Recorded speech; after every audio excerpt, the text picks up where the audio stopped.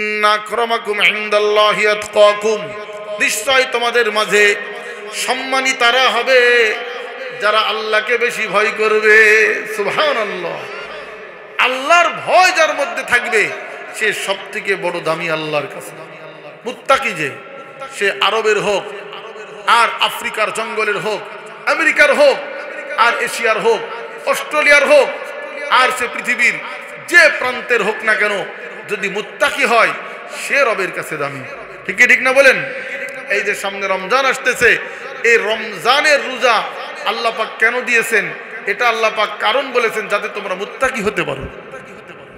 আল্লাহ তাআলা বলেন, ইয়া আইয়ুহাল্লাযীনা আমানু কুতিবা আলাইকুমুস সিয়াম, রোজা তোমাদের উপরে ফরজ করা হয়েছে, কামা কুতিবা আলাল্লাযীনা মিন ক্বাবলিকুম, তোমাদের পূর্ববর্তীদের উপর যেমন ফরজ করা হয়েছিল, লাআল্লাকুম তাত্তাকুন, যাতে তোমরা মুত্তাকি হতে পারো।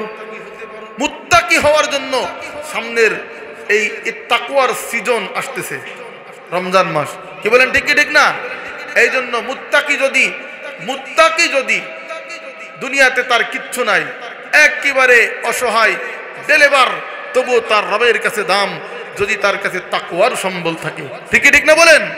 আল্লাহ তাআলা বলেন, তাযাওয়াদু ফাইন্না খায়রা যাদিত তাকওয়া, তোমরা মুত্তাকি হয়ে যাও, কারণ তাকওয়া হলো সবথেকে উত্তম পাথেয়, উত্তম সম্বল হলো তাকওয়া। আর এই উত্তম সম্বল, এই তাকওয়া অর্জনের জন্য আল্লাহ রাব্বুল আলামিন বড় একটি মাধ্যম দিয়েছেন, রমাদান। এজন্য বলেন আলহামদুলিল্লাহ। কারণ আল্লাহর নবী বলছেন, ওতিতু ফি রমাদানা খামসু খিসাল, আমার উম্মতকে আল্লাহ রমজানে 5টা জিনিস দিয়েছেন, ভিআইপি স্পেশাল 5টা জিনিস দিয়েছেন। জোরে কোন কয়টা? জোরে কোন কয়টা? আল্লাতী লাম তুতা আহাদুন ক্বাবলি, যা আমার আগে কোন উম্মতকে আল্লাহ দেন নাই।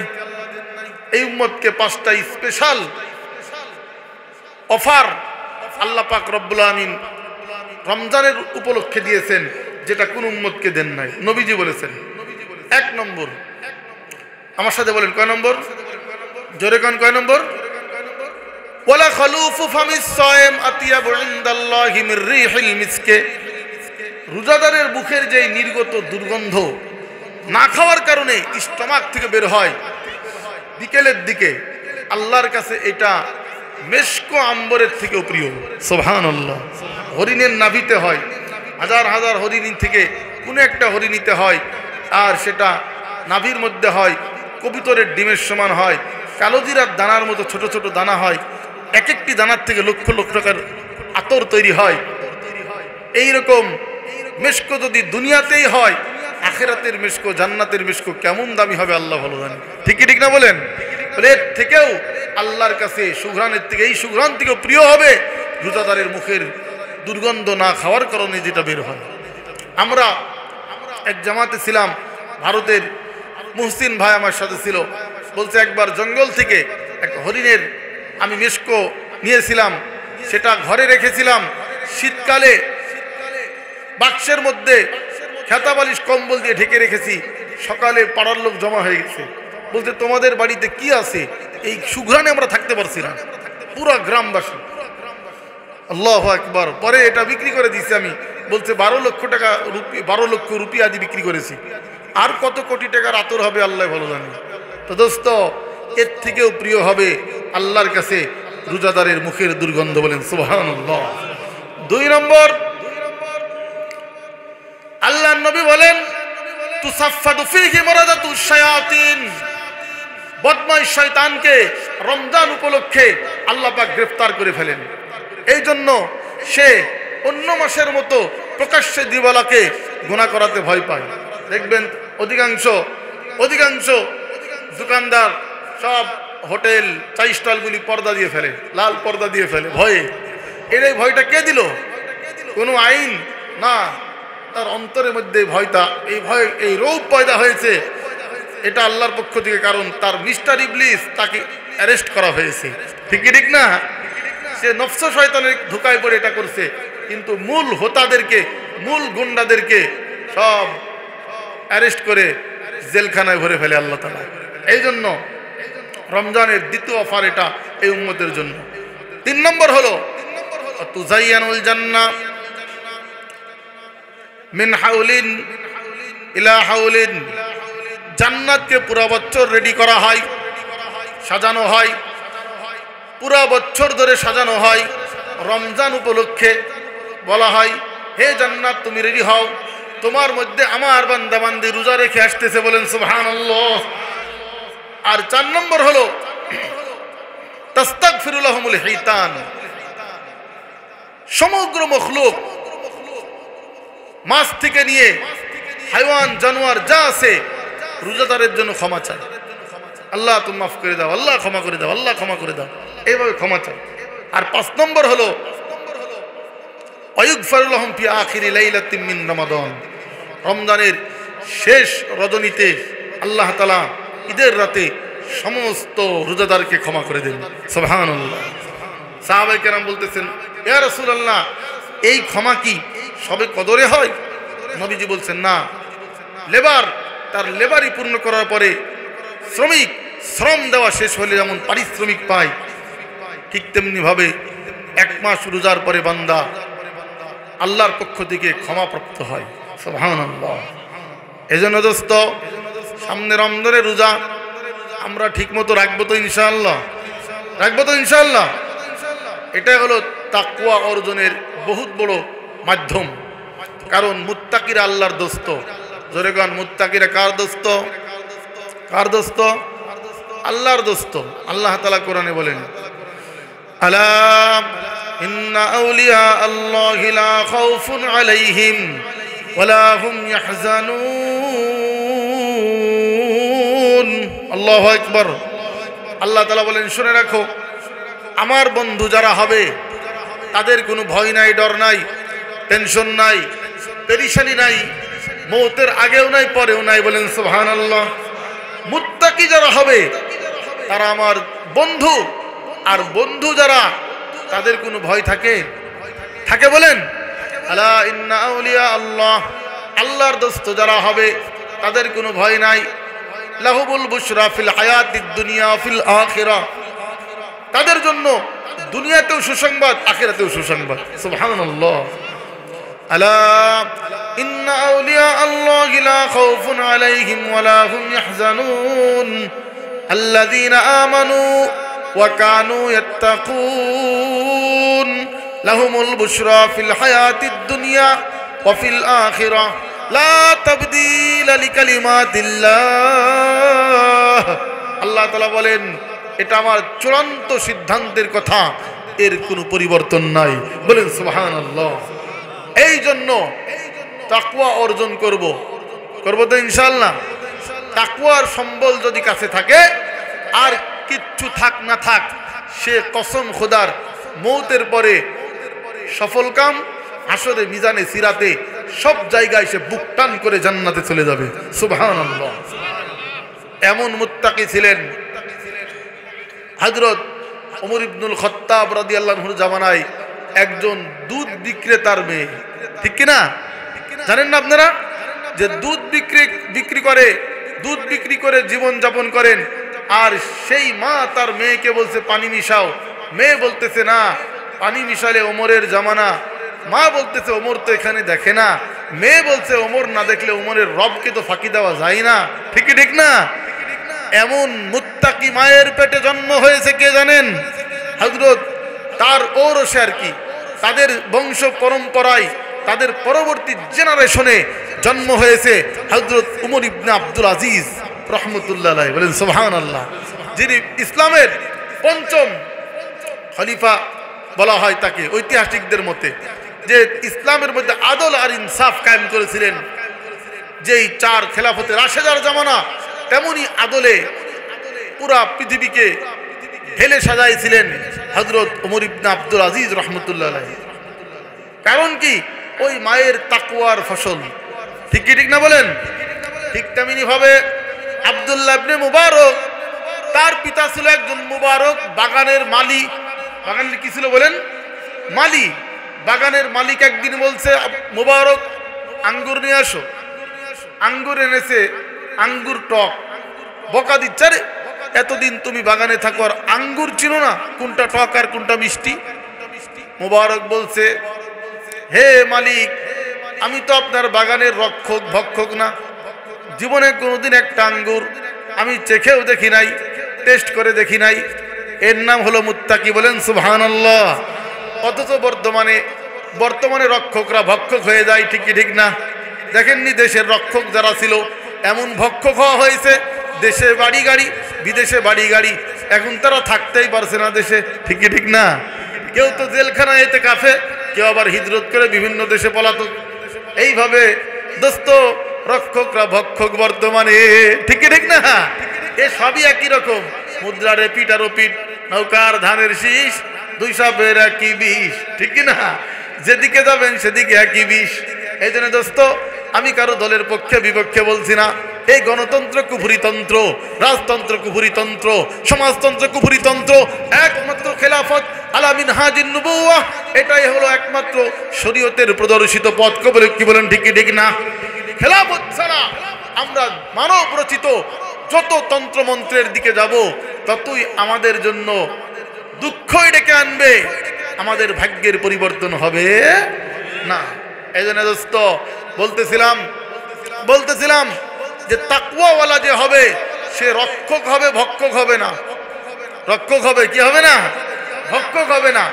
মুবারক বলছে আপনার বাগানের আমি রক্ষক, আমি তো ভক্ষক নই, এই জন্য কোনোদিন টেস্ট করে দেখি নাই।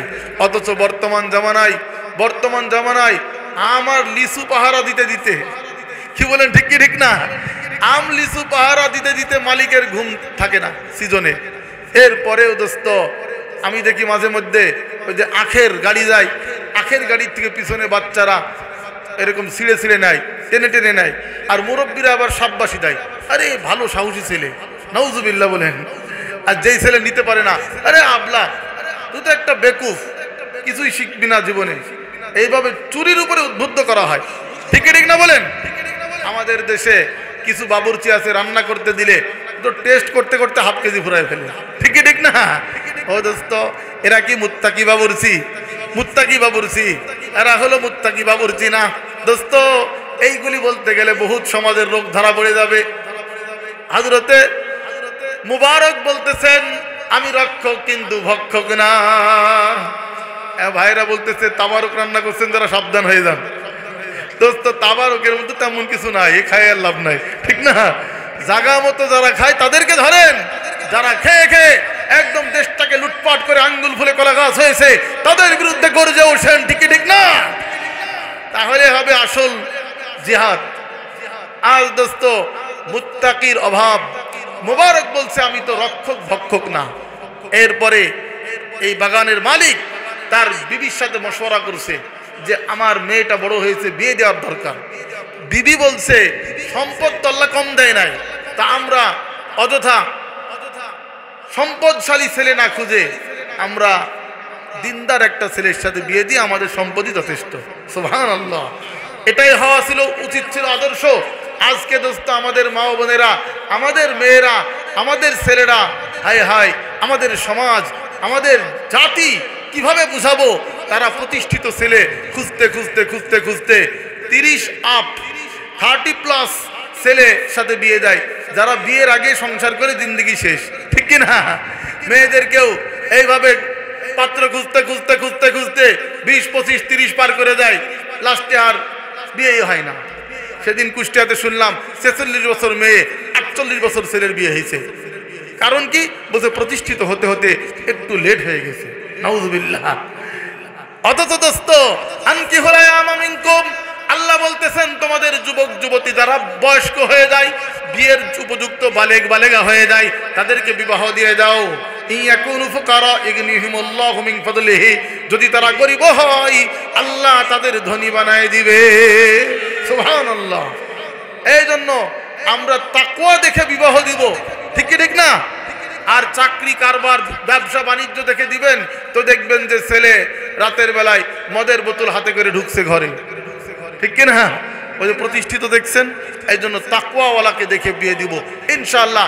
এদেশে এখনো মুবারকের মতো সেই যুবক আছে, এখনো আছে আব্দুল্লাহ ইবনে মুবারকের মতো যুবক, এখনো থানবী জন্ম দেওয়ার মতো যোগ্য নারী আছে, যোগ্য মা আছে। কিন্তু আমরা আমাদের সামাজিক অবকাঠামো আর ব্যবস্থা এমন খারাপ হয়ে গেছে যে আমরা আমাদের কারণে এই সকল যুবক যুবতীদেরকে সহি রাস্তায় ব্যবহার করতে পারছি না। কি বলেন, ঠিক ঠিক না? কয়েক যুবক আমাকে বলেছে আমার বিয়ে করতে মন চায়, কিন্তু আমার বাপ মা দেয় না, বলে পড়াশোনা শেষ করো, এরপরে প্রতিষ্ঠিত হও, চাকরি করো, কিন্তু হুজুর আমার গুনাহ হয়ে যাচ্ছে। আমি কিছু যুবককে বিয়ে দিয়ে দিয়েছি, বলছি চল তোর খালার বাড়ি, কোথায় চয়েস নিয়ে আয়, বিয়ে করাই দিয়েছি আলহামদুলিল্লাহ, পরে সব ঠিকঠাক হয়ে গেছে। বিয়ে করে দিবেন এরকম, যেই যুবক যুবতী চায় বিয়ে করতে তাদেরকে বিবাহের ব্যবস্থা করে দিবেন, নাকি হবে ইনশাল্লাহ? হবে কি হবে না? এই যে 14 ফেব্রুয়ারি নাপাক দিবসে যুবক যুবতীরা আজকে আই লাভ ইউ নিয়ে ব্যস্ত, আর ইফটিজিং নিয়ে ব্যস্ত, আর ফুল নিয়ে ব্যস্ত, আর এরকম ভাবে বিভিন্ন ভাবে নেটের জগতের গুনার মধ্যে ব্যস্ত। কারণ কি? কারণ হলো এদের মনের কথা কেউ বুঝে না, ঠিক কি ঠিক না? বিয়ে কেউ দেয় না। এই জন্য যুবকরা আজকে এই সমস্ত নাজায়েজ অনুষ্ঠানের মধ্যে, নাজায়েজ দিবস পালনের মধ্যে ব্যস্ত। আমরা যদি এসব আমরা আমাদের ছেলে মেয়েদেরকে প্রাপ্তবয়স্ক হলে বিবাহ দিয়ে দেবো ইনশাআল্লাহ, তাহলে দেখবেন সমাজ থেকে অটোমেটিক কিছু নাপাক দিবস, নাপাক কারবার, নাপাক সংস্কৃতি এগুলি দূর হয়ে যাবে। আল্লাহ তৌফিক দান করেন, বলেন আমিন। আমাদের পার্শ্ববর্তী পাকিস্তান এবং ইন্দোনেশিয়া আর হলো সৌদি আরব, ইরান, এই 4টা দেশে ভালোবাসা দিবস পালন নিষিদ্ধ। আমরা চাই দ্বিতীয় বৃহত্তম মুসলিম দেশ বাংলাদেশ, এখানেও যেন ভালোবাসা দিবস পালন করা নিষিদ্ধ হয়। আমাদের এটা হৃদয়ের জোর দাবি। কি বলেন, ঠিক কি ঠিক না? আল্লাহ তৌফিক দান করেন আমাদের উপদের মহল যারা আছে, আকাবির আসলাফ বুজুর্গরা, উলামায়ে কেরাম যেন এই বিষয়টাকে বিবেচনায় রাখেন। দোস্ত, মুবারকের সাথে যখন বিবাহ দিয়েছে, এই মুবারক বাগানের একজন কেয়ারটেকার, বাগান দেখে মালি, তার সাথে বাগানের মালিকের মেয়ে বিবাহ দিয়ে দিয়েছে।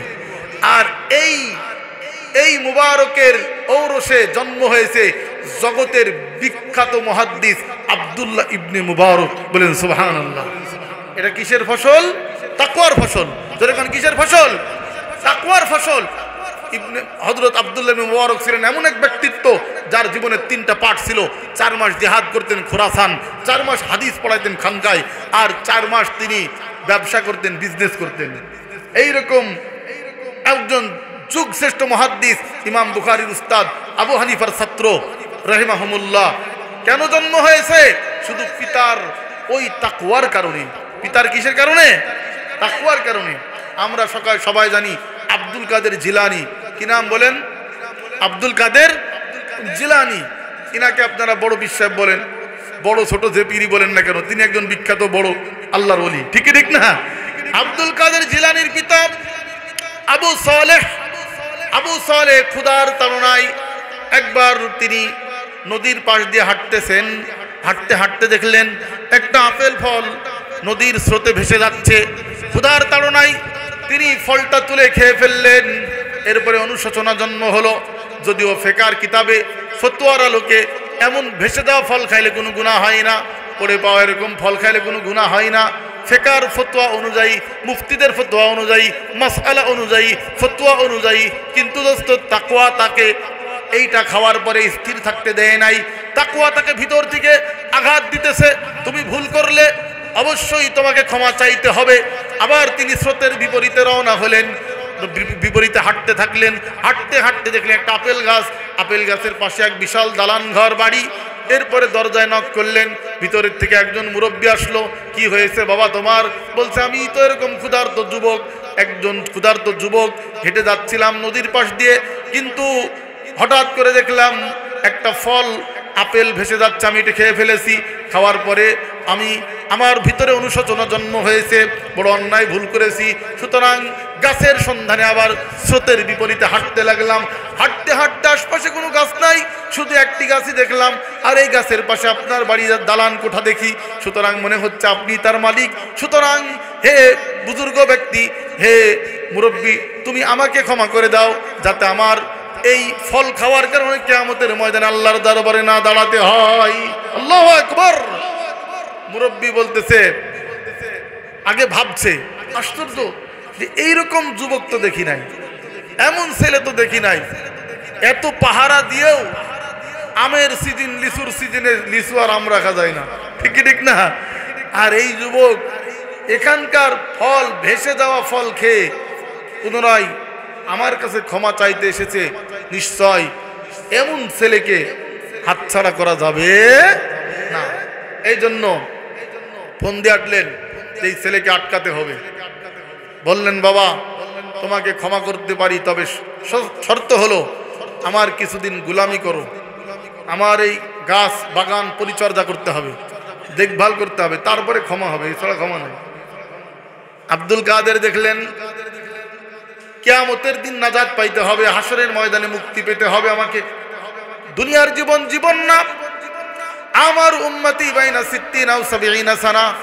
নবী বলেছেন আমার উম্মতের বয়স 60-70-এর মাঝামাঝি। সুতরাং আমাকে দুনিয়ার থেকে একদিন যেতেই হবে। আখিরাত আনলিমিটেড, যেখানে হায়াত থাকবে মউত নাই। কি বলেন, ঠিক কি ঠিক না?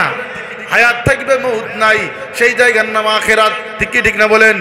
সেইখানে আমাকে নাজাত পাইতে হলে অবশ্যই অবশ্যই আমাকে এই মুরব্বির কথা মেনে নিতে হবে। আল্লাহু আকবার। তো বললেন, ঠিক আছে, আমি তোমার গোলামি করতে রাজি। এবার বাগান দেখাশোনা করছেন, বাড়ির কাজবার করছেন। অনেক দিন পরে মুরব্বি বলছে, যুবক তোমাকে আরেকটি শর্ত পুরা করতে হবে, না হলে ক্ষমা নাই।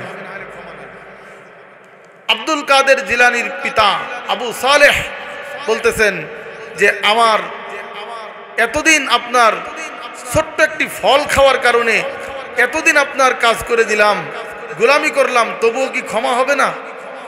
বলছে না, আরেকটি শর্ত আছে। কি শর্ত? মুরব্বি বলছে, আবু সালেহ আমার একটি মেয়ে আছে, মেয়েটা হলো অন্ধ, কানা, খোড়া, ল্যাংড়া, লুলা। এই ছেলেটাকে এই মেয়েটাকে তোমাকে বিয়ে করতে হবে। আমার একটা মেয়ে আছে, একেবারে বিকলাঙ্গ মেয়ে, হাঁটতেও পারে না, ধরতেও জানে না, কানা, চোখেও দেখে না, বধির, কানেও শোনে না, কুচ্ছিত কদাকার, বিভৎস চেহারা। মেয়েটা দেখতে একেবারে অসুন্দর। এই মেয়েটা বিয়ে না করলে তোমার ক্ষমা নাই। আব্দুল কাদের জিলানীর পিতা আবু সালেহ দেখলেন যে আখিরাতে যদি মুক্তি পেতে হয় তাহলে আমাকে এই শর্ত মেনে নিতে হবে, এছাড়া উপায় নাই। আল্লাহু আকবার। তো বললেন, মুরব্বি যদি ক্ষমা নাই করো তাহলে আমি এতেও রাজি। আল্লাহু আকবার। এরপরে বিবাহ হয়ে গেল। তিনি যখন ঘরে ঢুকবেন, ঘরে ঢুকে দেখছেন যে পূর্ণিমার চাঁদ বসা। দৌড় দিয়েছেন বাহিরে, আরে সেই মেয়ে তো এখানে নাই। বাইরে কিন্তু আবার শ্বশুর বসা। এই পালাও কেন? বলতে, যার সাথে আমাকে বিয়ে দিলেন সে মেয়ে কই? সে মেয়ে তো ঘরে নাই। কারণ বলছে ওই মেয়ে যে কোয়ালিটি আপনি বয়ান করেছিলেন সেই কোয়ালিটির কোনো মেয়ে ভিতরে নাই, একটা আসমানের চাঁদ বসা আছে, আমি এই জন্য চলে আসলাম। শ্বশুর বলছে, আবু সালেহ এটাই তোমার বিবি, এটাই আমার মেয়ে। বলেন সুবহানাল্লাহ। আবু সালেহ তুমি জানো আমি আমার মেয়েকে কেন আমি অন্ধ বলেছি? কারণ তার এই চোখ দিয়ে কোনো পরপুরুষ দেখে না, চোখ দিয়ে সে অন্যায় কিছু দেখে না, নাজায়েজ জিনিস দেখে না। কুল্লিল মুমিনিনা ইয়াগুদ্দু মিন আবসারিহিম ওয়া ইয়াহফাযু ফুরুজাহুম ওয়া কুল্লিল মুমিনাতি ইয়াগুদ্দুনা মিন আবসারিহিন্না ওয়া ইয়াহফাযনা ফুরুজাহুন্না। বলেছেন কে? আল্লাহ। বলেন কে? মুমিনদের বলে দিন তারা যেন চক্ষু হেফাজত করে, লজ্জাস্থান হেফাজত করে, চক্ষুকে অবন্বিত করে, লজ্জাস্থান হেফাজত করে। মুমিন নারীদের বলে দেন তারাও যেন চক্ষু হেফাজত করে, তাদের লজ্জাস্থান হেফাজত করে। অথচ আজকের সমাজে পুরুষরা কিছু পর্দা যতটুকু সম্ভব উলামায়ে কেরাম তো করছেন, কিন্তু অনেক দিনদার মেয়েরাও সব ঢেকে চোখ দিয়ে চারিদিক তাকায়। বাড়িতে দাওয়াত খাজা এসছে হুজুররা, তো ফাঁক দিয়ে দেখে কোন হুজুর লাদেনের মতো, কোন হুজুর কালা দেখতে, কোনটা শুকনা, কোনটা মোটা। পরে আবার পরিবারের মধ্যে গল্প করে, এই অমুক হুজুরটা বেজায় পেটের ভুড়ি, অমুক হুজুরটা এই কোয়ালিটি। এটা হারাম। কিরাম হারাম। পুরুষ যেমন দেখবে না শাহওয়াতের নজরে হারাম, মেয়েরাও পুরুষকে এরকম শাহওয়াতের নজরে দেখা হারাম। ঠিক কিনা? এই জন্য আমার মেয়েকে আমি অন্ধ বলেছি, তার এই চোখ দিয়ে সে কখনো কি করে না, চোখের খেয়ানত করে, চোখ দিয়ে সে খেয়ানত করে না, নাজায়েজ মাহরাম ছাড়া কাউকে দেখে না। এই জন্য আমি তাকে অন্ধ বলেছি, আমি তাকে বধির বলেছি। কারণ তার কান দিয়ে ইয়ারফোনে গান শুনে না, তখন তো ইয়ারফোন ছিলই না। ঠিক ঠিক না? তার কান দিয়ে গান বাজনা শুনে না, গীবত শুনে না, শিকায়ত শুনে না, মিথ্যা শুনে না, পরনিন্দা শুনে না। অথচ দেখেন রমজান মাসে মহিলাদের গীবত করার বিশাল একটা সিজন আসছে। রমজানের রোজা প্লাস গীবত, ঠিক কি না? সময় কাটে না, করবে কি? গীবত করি জায়গায় জায়গায় বসে। আল্লাহ নবী বলছেন, দুই মহিলা হাউতাশ করতেছিল রোজা রেখে। রসুল বলছে, এদিকে আসো, তোমাদের বমি টেস্ট হবে। বাটি দিলেন, বমি করতে বলছে। বর্তমান জমানায় ইউরিন টেস্ট হয়, ব্লাড টেস্ট হয়, বমি কি টেস্ট হয়? পায়খানাও টেস্ট হয় বর্তমানে, বুঝছেন? আমার ছোট ছাত্র অবস্থায় গ্যাস্ট্রিকের কারণে গেলাম কুষ্টিয়াতে এক জায়গায়, বলছে পায়খানা চেক হবে। তো বড় বিপদে পড়ে গেলাম যে এটা কেমনে চেক করবেন? আশ্চর্য, আধুনিক যুগে সবই হচ্ছে, কি বলেন? ঠিক ঠিক না? তো বমি টেস্ট, রসুল বমি টেস্ট করেছেন, বলছেন তোমরা বমি করে আসো। দুইজন বমি করে আসছে, দেখছে একদম পচা দুর্গন্ধ, গোস্তে গোস্তে ভরা, একদম পুরো বাটি ভরে গেছে। বলছে আমরা তো শাক ভাত দিয়ে রোজা রেখেছি, গোস্ত কই থেকে আইলো? নবী বলছেন, তোমরা রোজা রেখে পাড়ায় পাড়ায় গীবত করেছো, এই জন্য তোমরা মরা ভাই বোনের গোস্ত খাওয়ার মতো এই অপরাধ করেছো। এই জন্য আল্লাহ ডাইরেক্ট দেখাই দিয়েছে যে তোমরা এই অন্যায়ের সাথে জড়িত, এই অপরাধের গুনাহটাকে, এই গুনাহের শাস্তিটা আল্লাহ পাক দেখানোর জন্য এই তোমাদের বমির টেস্ট করলাম, বমিটা আমি দেখলাম। আল্লাহু আকবার। দোস্ত, আর এই কারণেই তোমরা রোজা রেখে হাইহুতাশ করতেছো। হাইহুতাশ, খাওয়া দাওয়ার জন্য হাইহুতাশ করতেছে, কোথায় থাকতে পারছে না, কারণ গীবত শিকায়ত করেছে। তো বলতেছিলাম, আমার মেয়ে আবু সালেহকে বলছে মুরব্বী যে আমার মেয়ে কি করে না, গীবত শিকায়ত শুনে না, করে না। আর তার জবান দিয়ে পরপুরুষকে হ্যালো, 14 ফেব্রুয়ারি চলে গেল, আই লাভ ইউ ডার্লিং, কই তুমি, এসব বলে না। এই জবান দিয়ে কোনো ছেলের সাথে মিষ্টি কথা বলে না, এই জবান দিয়ে সে অন্যায় ভাবে ব্যবহার করে না। এই জন্য আমার মেয়েকে আমি কি বলেছি? বোবা বলেছি। আল্লাহু আকবার। কবর থেকে নিয়ে একদম জান্নাত পর্যন্ত তাকে প্রোটোকল দেওয়া হবে, বলেন সুবহানাল্লাহ। আল্লাহ তাআলা ফেরেশতাকে বলবেন, ইন্নী উরসিলুকা ইলা আবদি আও আমাতি, হে ফেরেশতা, আজকে তোমাকে এমন এক বান্দার কাছে, এমন এক বান্দির কাছে পাঠাইতেছি যে তার জীবনকে গঠন করেছে তাকওয়ার মাধ্যমে, ঈমানের মাধ্যমে, সবরের মাধ্যমে, শুকুরের মাধ্যমে, আল্লাহর গোলামির মাধ্যমে, বলেন সুবহানাল্লাহ।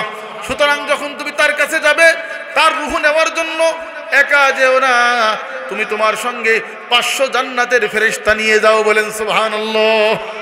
জান্নাতের 500 ফেরেশতা আসবে একদম মিছিল দিতে দিতে, আর বলা হবে খুয তাসতাম মিন যাহাবিন, স্বর্ণের একটা প্লেট নিয়ে যাও, রেশমের রুমাল নিয়ে যাও, আর তার রুহকে এমন ভাবে বের করবে, আখরিজ রুহাহু কামা ইউখরাজু শা'রু মিনাল আজিন, আটার থেকে যেমন চুল বের করা হয়, তার রুহকে এইরকম স্লো পজিশনে বের করে নিবে। সুবহানাল্লাহ। আমিলহু কা মুআমালাতি উম্মিল হানুন, দরদি মায়ের মতো তার সাথে ব্যবহার করবে, দরদি মায়ের মতো তার সাথে ব্যবহার করবে। সাল্লিম আলাইহি, তাকে সালাম দিবে, সম্মান করবে, এরপরে তার রুহটাকে রিসিভ করবে, বলেন সুবহানাল্লাহ।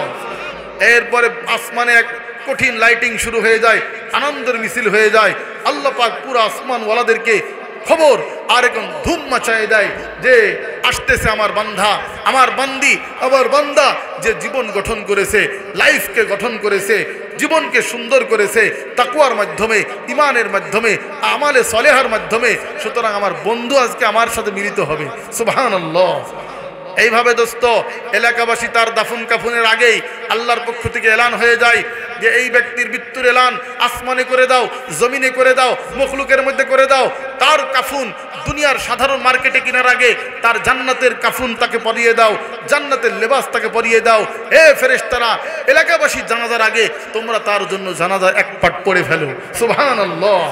এরপরে সবাই যখন নাকি মাটি চাপা দেয়, অর্থাৎ মাটি দিতে থাকে, তখন আল্লাহর পক্ষ থেকে আওয়াজ আসে, ফেরেশতা আল্লাহকে বলে, আল্লাহ এরা তো সব মাটি দিয়ে তোমার বান্দাকে ক্লোজ করে দিচ্ছে, জায়গা ছোট করে দিচ্ছে, সংকীর্ণ করে দিচ্ছে। আল্লাহ পাক বলেন যে শোনো শোনো, তারা সংকীর্ণ করে দিক দুনিয়ার মাটি দিয়ে, কিন্তু তোমরা একটা কারবার করে দাও, আরসিল ইলাইহি রিহান তাইয়িবান মুতাইয়্যাবান বারিদাম মিনাল জান্নাহ, জান্নাত থেকে সুন্দর সুশীতল হিমেল বাতাস তার জন্য পাঠিয়ে দাও। সুবহানাল্লাহ। জান্নাতের সাথে কানেকশন করে দাও। আলবিসুহু মিন লিবাসিল জান্নাহ, জান্নাতের লেবাস পরায় দাও। আফরিশুহু মিন ফিরাশিল জান্নাহ, জান্নাতের বিছানা বিছায় দাও এবং তাকে ইল্লিনের মধ্যে জায়গা করে দাও। সুবহানাল্লাহ। আযউহু ফি আলা ইল্লিয়িন, ইল্লিনের মধ্যে জায়গা করে দাও, সে আমার সাথে জিয়ারত করবে গুদুওয়ান ও আশিয়ান, সকালে একবার সন্ধ্যায় একবার। সুবহানাল্লাহ। এইভাবে আলমে বরজকের মধ্যে মুত্তাকিকে আল্লাহ পাক রাখবেন ইল্লিন নামক সম্মানের স্থানে। তার কাছে হুর আসবে, তার কাছে গল্প করতে হুর আসবে, গলায় মালা পরে বসবে পাশে, বলবে বান্ধবী গার্লফ্রেন্ড। সে তো আর 14 ফেব্রুয়ারিতে হারাম গার্লফ্রেন্ড গ্রহণ করেনি, এই জন্য আল্লাহ পাক জান্নাতের গার্লফ্রেন্ড হুর পাঠিয়ে দিবে। সুবহানাল্লাহ। আইসে তার সাথে গল্প করবে, গলায় মালা, দেখতে যাবে, ছিঁড়ে যাবে, কষ্ট পাবে, হুর বলবে দোস্ত নো টেনশন, কষ্ট পেও না, গাঁথতে থাকি, গল্প করতে থাকি, গল্প চলতে থাকবে, মালা গাঁথতে থাকবে, এদিকে একদম কিয়ামতের সকাল হয়ে যাবে। সুবহানাল্লাহ। এরপরে ফেরেশতা এসে বলবে ইয়া ওলি আল্লাহ তুম বিজনিল্লাহ, আর কত পার্কে বসে গল্প করবা, এবার জান্নাতের রুমের মধ্যে যাও। সুবহানাল্লাহ। ভিতরে গিয়ে তোমরা আনন্দ ফুর্তি করো। আল্লাহু আকবার। এখন তোমাদের এই কবরের জগতে থাকতে হবে না, কাদ কামাতিল কিয়ামা, কিয়ামত হয়ে গেছে। আল্লাহু আকবার। এ তো হলো এক ধরনের লোক। কেউ থাকবে জিকিরে, বলবে আল্লাহ আমার জিকিরের মজা ছিল, আমাকে জিকির করার জন্য তৌফিক দাও। আল্লাহ বলবেন সব নাই, কিন্তু বলছে সব আমার লাগবে না, আমি জিকিরের আশিক ছিলাম, আমি একটু মনের জ্বালা মিটাবো। লা ইলাহা ইল্লাল্লাহ, লা ইলাহা ইল্লাল্লাহ, লা ইলাহা ইল্লাল্লাহ, এভাবে দিলের জ্বালা মিটাইতে থাকবে। বলেন সুবহানাল্লাহ। কেউ ছিল তেলাওয়াতের পাগল, মাদ্রাসার পাগল, উলামাদের পাগল, এলেমের পাগল। এই ব্যক্তি বলবে আল্লাহ গো আমি তো মাদ্রাসার পিছনে জীবন ব্যয় করেছি, আমি তো এই যে নতুন মাদ্রাসার পিছনে আমার জীবনটা ব্যয় করেছি। মাদ্রাসার কখন কোরআন লাগবে, কখন নাকি বিল্ডিং লাগবে, কখন টিন লাগবে, কখন টিউবওয়েল লাগবে, কখন মোটর লাগবে, কখন কারেন্ট লাগবে, কোথায় কোন জিনিস লাগবে, বালি লাগবে, সিমেন্ট লাগবে, রড লাগবে, উস্তাদ লাগবে, ছাত্র লাগবে, খানা লাগবে, বোর্ডিং লাগবে, এই ফিকির আমার জীবনকে ব্যয় করেছিলাম। আল্লাহ গো কোরআন ছাড়া আমার ভালো লাগে না। আল্লাহু আকবার। বলবে আল্লাহ পাক বলবেন তুমি কি করতে চাও? বলে আল্লাহ গো আমি ওই যেই কোরআনের পিছনে আমার জীবনকে ব্যয় করেছি, সেই কোরআন পড়ে আমার হায়াতটা কাটাতে চাই, কবরের জীবনটা। আল্লাহ পাক রব্বুল আলামিন কোরআন পাঠাই দিবে, বলবে পড়ো কিন্তু সব হবে না। সে বলবে আল্লাহ সব দরকার নাই, আমার দিলের জ্বালা এবং প্রেম মিটাইব। বলেন সুবহানাল্লাহ। আর কেউ ছিল নামাজের পাগল, এদিকে শুধু নামাজ আর নামাজ, এই ব্যক্তিকে আল্লাহ পাক বলবেন দাও তুমি নামাজ পড়তে থাকো। আর কেউ ছিল দিনের মেহনত করতে করতে ক্লান্ত শ্রান্ত, জিহাদ করে ক্লান্ত, সফর করে ক্লান্ত, দিনের মেহনত করে ক্লান্ত, বিভিন্ন দিনই তাকাদা পুরা করে ক্লান্ত, কখনো জীবন দিয়েছে, কখনো মাল দিয়েছে, কখনো সময় দিয়েছে, ক্লান্ত শ্রান্ত বদন। এই ব্যক্তিকে আল্লাহ তাআলা বলবেন নাম কানাউমাতিল আরুস, তুমি ঘুমাও যেমন প্রথম রাতে নবদুলহা ঘুমিয়েছিল। সুবহানাল্লাহ। সে এক ঘুমে একবারে কিয়ামতের সকাল। ফেরেশতা এসে বলবে ইয়া ওলি আল্লাহ তুম বিজনিল্লাহ কাদ কামাতিল কিয়ামা, আল্লাহর ওলি দোস্ত উঠো, কিয়ামত কায়েম হয়ে গেছে, আর কত ঘুমাইবা, চলো তোমাকে আরশের নিচে নাস্তা করানো হবে। সুবহানাল্লাহ। সে কাঁচা ঘুম থেকে উঠে বলবে এত তাড়াতাড়ি ঘুম ভাঙলা, কারণ কি ডিস্টার্ব করলাম, আরে তাড়াতাড়ি আমাকে নাস্তা দাও, তাড়াতাড়ি নাস্তা দাও, ক্ষুধা লেগে গেছে, অনেক লম্বা ঘুম ছিল। ঠিক ঠিক না? বলবে তোমার নাস্তা রেডি, তোমার নাস্তা রেডি, কোনো দুনিয়ার ওই বাসি ডাল পরোটা না, তোমার জন্য নাস্তা রেডি হলো আরশে আজিমের নিচে। সুবহানাল্লাহ। সে বলবে নিয়ে যাবা কিসে, তাড়াতাড়ি পাজারু, ইয়ামাহা, হুন্ডা, পালসার নিয়ে আসো। ফেরেশতা বলবে কোনো পালসার মালসার এখানে নাই, তোমাকে জান্নাতের গাড়িতে নিয়ে যাওয়া হবে। সুবহানাল্লাহ। জান্নাতের গাড়িতে টান দিয়ে আরশ পর্যন্ত নিয়ে যাবে।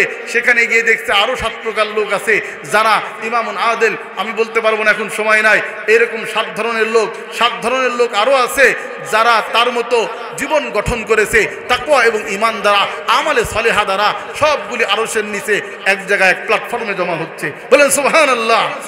এবার দোস্ত হুরেরা খাবার নিয়ে আসবে তাদের জন্য, হুর খানা নিয়ে আসবে, হুর তাদের জন্য খাবার নিয়ে আসবে। এক একজনের কাছে 144 প্লেট, এক একজনের হাতে 2 প্লেট, 72টা হুর 2 প্লেট করে নিয়ে আসলে কয়টা হয়?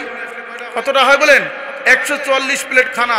এবার জান্নাতি বলছে আল্লাহ খানা একটা আইটেম কম আছে, খাবো না। আল্লাহ বলবেন জান্নাতে কোনো আইটেম কম থাকে না।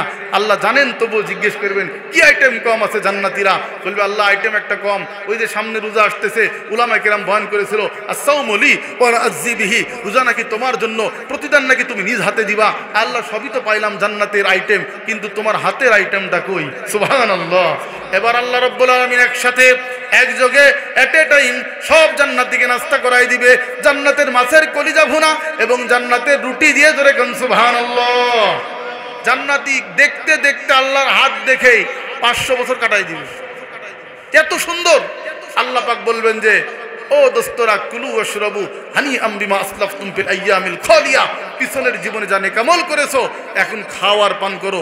আর কোনোদিন ওয়াজ শুনতেও হবে না, ওয়াজ করতেও হবে না, এত খরচও করতে হবে না, সবে বরাতে রাত জেগে নামাজ পড়তে হবে না, সবে কদরেও নামাজ পড়তে হবে না, রোজাও রাখতে হবে না, জিহাদও করতে হবে না, নামাজও পড়তে হবে না, আর কোনো কষ্ট নাই তোমাদের, যাকাত হজ কিচ্ছু নাই, কিচ্ছু নাই।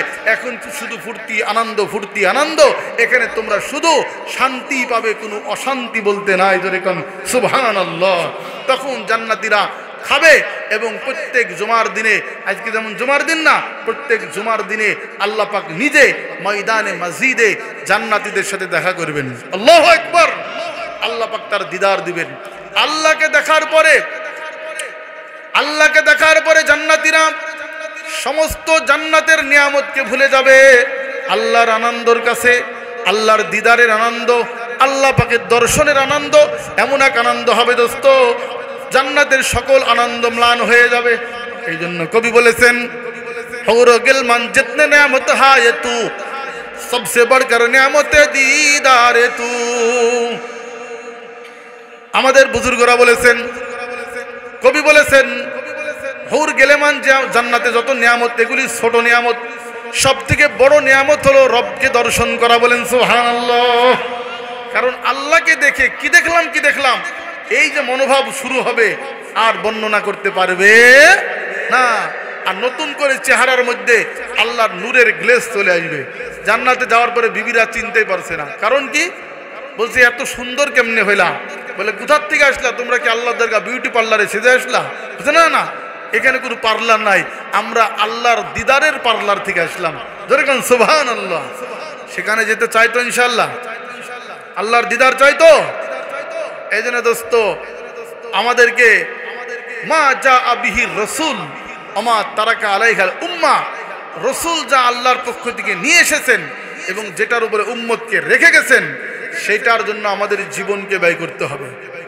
এছাড়া জান্নাতের কল্পনা করা এবং আল্লাহ পাকের দিদারের আশা করা একেবারে বোকামি হবে। ঠিক কি ঠিক না বলেন? রসুল যা নিয়ে এসেছেন আল্লাহর পক্ষ থেকে এবং যেটার উপরে উম্মতকে রেখে গেছেন, আমরা সেই আনিত শরীয়তের উপরে, রসুলের দ্বীনের উপরে আমি আমার জান মাল সময়কে ব্যয় করব তো ইনশাআল্লাহ। রব যেমন চাই তেমন যদি আমার জীবন ব্যয় করি, তাহলে আমি সব জায়গায় হিরো। আর রব যেমন চাই তেমন যদি না করি, আমার জীবনটা গঠন না করি, তাহলে আমার কাছে আসবে ওই যে জাহান্নামের ফেরেশতা। আল্লাহ পাক বলবেন জাহান্নামের ফেরেশতাকে, তুমি জাহান্নামের ফেরেশতাকে, মালাকুল মউতকে বলবে জাহান্নামের 500 ফেরেশতা নিয়ে যাও, জাহান্নাম থেকে কালো কুচ্ছিত কদাকার বিভৎস চেহারার ভয়ঙ্কর 500 ফেরেশতা নিয়ে যাও, এবং তার সাথে এমন আচরণ করা হবে যেমন নাকি জীবিত ছাগলকে ছুলে ফেলা হয়। এইরকম কষ্টের সাথে তার জীবনকে কবজা করা হবে। এরপরে তার জায়গাটা কোনো আসমানে হবে না, সকল আসমানে তাকে গেট আউট করে দিবে। এক পর্যায়ে তাকে আসফালে সিজ্জিন, একবারে নিম্ন জাহান্নামের নিম্নে, একেবারে কবরের যে স্যাম্পুল জগৎ সিজ্জিনের মধ্যে তার অবস্থান হবে, যেখানে সে জাহান্নামের দুর্গন্ধ, জাহান্নামের ধোঁয়া, জাহান্নামের আযাবের নমুনা দেখতে পাবে। এবং সে বিভিন্ন ক্যাটাগরির গুনাহ আছে, যে যেই গুনায় অভ্যস্ত ছিল সেই গুনার আলাদা আলাদা শাস্তি আছে, বিস্তারিত বর্ণনা আমি কোনো এক বয়ানে বলেছিলাম। তো দোস্ত, এইভাবে বরজকের জগতের শাস্তির মধ্যে সে অবস্থান করবে। অনেক মিথ্যাবাদী জানা, তাদেরকে চেহারা কেটে ফেলা হবে, ঠোঁট কেটে ফেলা হবে, গাল কেটে ফেলা হবে, রক্তরঞ্জিত হবে, চিৎকার দিতে থাকবে। এরপরে যারা নাকি জিনাকারী, যারা এরকম যৌন কর্ম করতো এরকম হারাম ভাবে, হালাল ভাবে না, তাদেরকে আগুনের চুলার মধ্যে জ্বালিয়ে ফেলা হবে। আর তারা এরকম পুড়তে থাকবে, চিল্লাতে থাকবে। কেউ থাকবে এরকম রক্তের নদীতে, যারা সুদখোর, সুদের লেনদেন করত, সুদি কারবার করত, সুদের সাক্ষী হইতো, সুদের লেখক হইতো, সুদদাতা হইতো, সুদ গ্রহীতা হইতো, সুদের কাছে ঘর ভাড়া দিত, এনজিওর ঘর ভাড়া দিয়ে খাইতো। ঠিকই ঠিক না? এই সমস্ত লোকগুলি রক্তের নদীতে হাবুডুবু খাবে। এরপরে দেখবেন কিছু কিছু লোক এরকম আল্লাহ রসুল সব দেখে আসছেন মেরাজের রাতে। এরপরে যারা নাকি আমানতের খেয়ানত করত, তারা এরকম বিশাল খড়ির বোঝা বহন করবে, বারবার পড়ে যাবে, আবার বোঝা বহন করবে। এরপরে কিছু ঘুষখোর যারা ঘুষের বিনিময়ে এই যে দেখেন চাকরি দিত, বিসিএস বিক্রি হইতো, এনটিআরসি বিক্রি হতো, সব ঘুষের বিনিময়ে এই সমস্ত ঘুষখোরদের কবরে আযাব হলো। তারা বিশাল বড় পেট নিয়ে হাঁটতেই পারবে না, বারবার ডিগবাজি খাবে। এরপরে একদল লোক তাদের নখ দিয়ে নিজেদের চেহারা আশ্রিয়ে খাবে, খামসাইবে আর এরকম বমি করবে। এরা হলো উম্মতের যারা গীবতকারী দল, তারা এইভাবে বিভিন্ন ক্যাটাগরির গুনাহ। এরপরে আরেক দল লোক যারা নাকি বড়জকের জগতে শাস্তির মধ্যে থাকবে, ভালো কালাভুনা থাকবে, আবার এদিকে নষ্ট পচা দুর্গন্ধগ্রস্ত থাকবে। ভালো কালাভুনা খাবে না, কিন্তু পচা দুর্গন্ধগ্রস্ত খাবে আর বমি করবে। ফেরেশতাকে রসুল জিজ্ঞেস করেছিলেন, জিব্রাইল এরা আবার কোন ক্যাটাগরির লোক, বড়জকের জগতে এই শাস্তি কেন? জিবরিল বলেছিল, ইয়া রাসূলুল্লাহ, এরা আপনার উম্মতের 14ই ফেব্রুয়ারির ভালোবাসা দিবসের দল, যারা হালাল বিবি থাকতে গার্লফ্রেন্ড নিয়ে কক্সবাজার ঘুরতো, কুয়াকাটা ঘুরতো, ভিন্ন জগৎ যাইতো, স্বপ্নপুরী যাইতো, বিভিন্ন জায়গায় ডেটিং করতো। এদের অবস্থা হলো এরকম, হালাল খানা থাকতে তারা হারাম ভক্ষণ করতো। বলেন নাউজুবিল্লাহ। এইভাবে কবরের জগতে বিভিন্ন ক্যাটাগরির শাস্তি, বরজকি জগতের শাস্তি হবে। এরপরে তার ফাইনাল আযাব হবে কিয়ামতের মাঠের বিচারের পরে। ঠিক কি ঠিক না?